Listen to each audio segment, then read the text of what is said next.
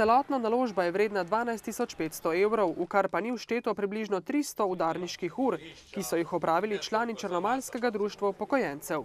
Vse to, kar je bilo fizičnega, mojstrskega dela, so naši, bi rekel, upokojenci naredili mojstri, ki jih imamo noter. Vendar balinišče ne bo namenjeno le upokojencem. Upravljalo ga bo Društvo upokojencev Črnomelj, ki je tudi zelo aktivno pristopilo k temu projektu.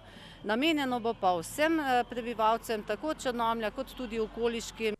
Razveselili so se ga tudi varovanci bližnjega varstveno-delovnega centra, ki je za balinišče odstopil zemljišče.